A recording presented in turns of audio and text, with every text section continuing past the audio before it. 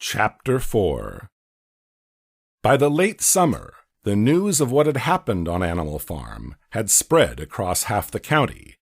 Every day, Snowball and Napoleon sent out flights of pigeons, whose instructions were to mingle with the animals on neighboring farms, tell them the story of the rebellion, and teach them the tune of Beasts of England. Most of this time Mr. Jones had spent sitting in the tap-room of the Red Lion at Willingdon, complaining to anyone who would listen of the monstrous injustice he had suffered in being turned out of his property by a pack of good-for-nothing animals. The other farmers sympathized in principle, but they did not at first give him much help. At heart, each of them was secretly wondering whether he could not somehow turn Jones's misfortune to his own advantage. It was lucky that the owners of the two farms which adjoined Animal Farm were on permanently bad terms. One of them, which was named Foxwood, was a large, neglected, old-fashioned farm, much overgrown by woodland, with all its pastures worn out and its hedges in a disgraceful condition.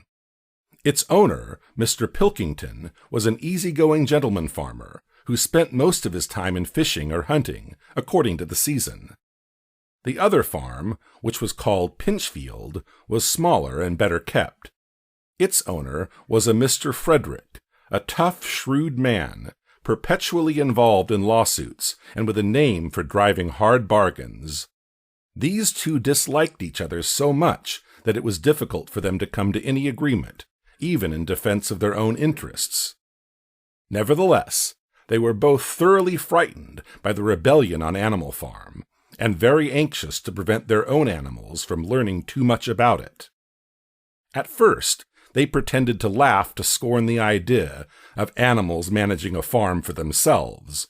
The whole thing would be over in a fortnight, they said.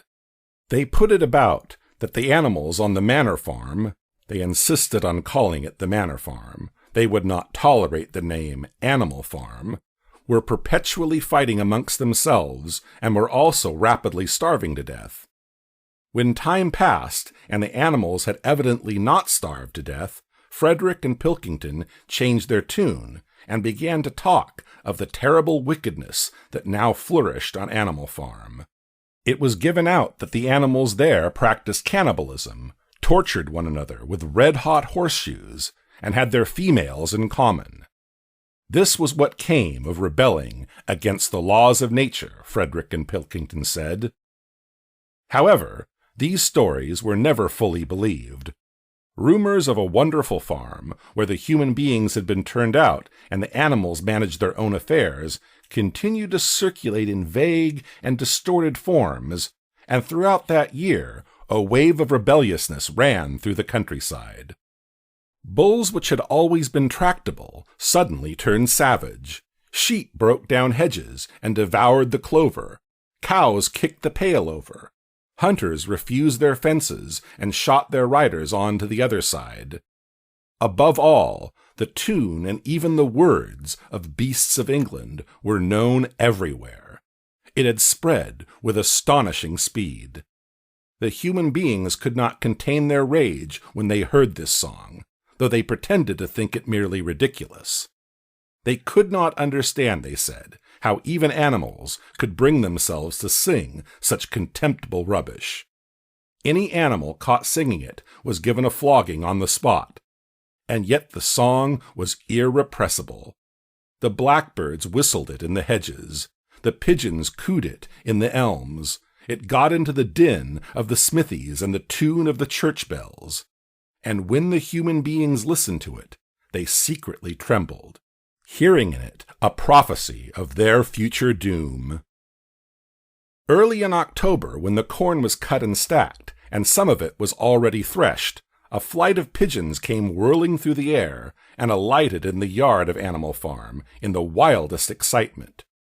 Jones and all his men, with half a dozen others from Foxwood and Pinchfield, had entered the 5-barred gate and were coming up the cart track that led to the farm. They were all carrying sticks except Jones, who was marching ahead with a gun in his hands. Obviously, they were going to attempt the recapture of the farm. This had long been expected, and all preparations had been made. Snowball, who had studied an old book of Julius Caesar's campaigns, which he had found in the farmhouse, was in charge of the defensive operations. He gave his orders quickly, and in a couple of minutes, every animal was at his post. As the human beings approached the farm buildings, Snowball launched his first attack.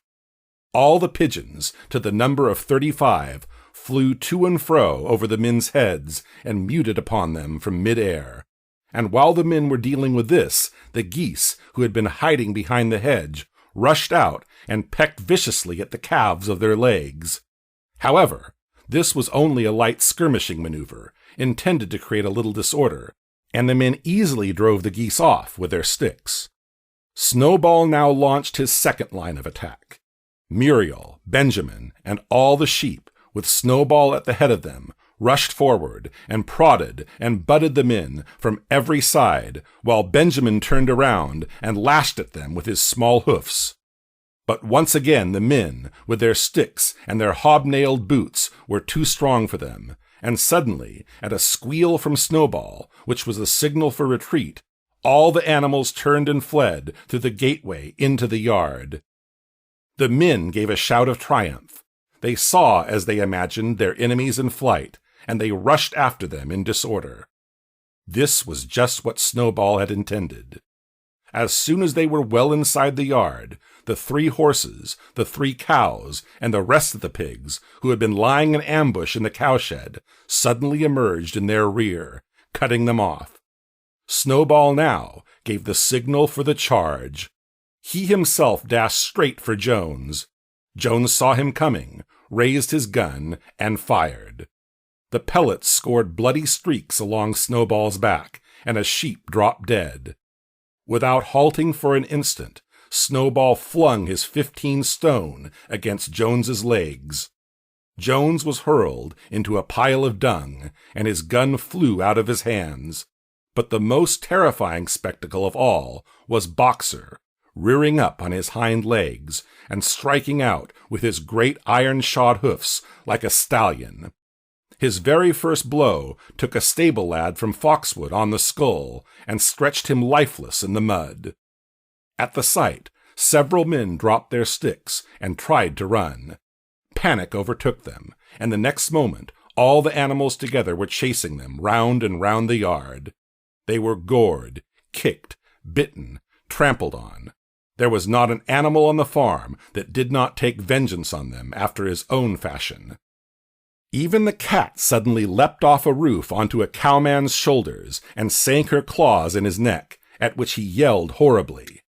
At a moment when the opening was clear, the men were glad enough to rush out of the yard and make a bolt for the main road. And so, within 5 minutes of their invasion, they were in ignominious retreat by the same way as they had come, with a flock of geese hissing after them and pecking at their calves all the way. All the men were gone, except one. Back in the yard, Boxer was pawing with his hoof at the stable lad, who lay face down in the mud, trying to turn him over. The boy did not stir. "He is dead," said Boxer sorrowfully. "I had no intention of doing that. I forgot that I was wearing iron shoes. Who will believe that I did not do this on purpose?" "No sentimentality, comrade," cried Snowball, from whose wounds the blood was still dripping. "War is war. The only good human being is a dead one." "I have no wish to take life, not even human life," repeated Boxer, and his eyes were full of tears. "Where is Molly?" exclaimed somebody. Molly, in fact, was missing. For a moment there was a great alarm. It was feared that the men might have harmed her in some way, or even carried her off with them. In the end, however, she was found, hiding in her stall, with her head buried among the hay in the manger. She had taken to flight as soon as the gun went off. And when the others came back from looking for her, it was to find that the stable lad, who in fact was only stunned, had already recovered and made off.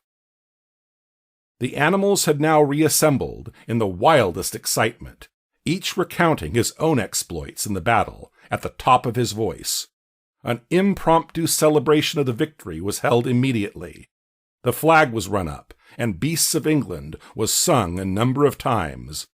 Then the sheep who had been killed was given a solemn funeral, a hawthorn bush being planted on her grave.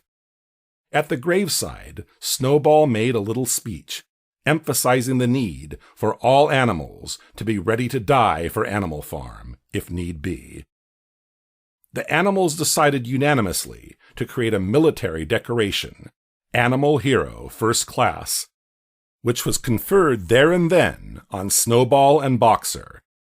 It consisted of a brass medal. They were really some old horse brasses which had been found in the harness room, to be worn on Sundays and holidays. There was also Animal Hero Second Class, which was conferred posthumously on the dead sheep. There was much discussion as to what the battle should be called. In the end, it was named the Battle of the Cowshed, since that was where the ambush had been sprung. Mr. Jones's gun had been found lying in the mud, and it was known that there was a supply of cartridges in the farmhouse. It was decided to set the gun up at the foot of the flagstaff, like a piece of artillery, and to fire it twice a year, once on October the 12th, the anniversary of the Battle of the Cowshed, and once on Midsummer Day, the anniversary of the rebellion.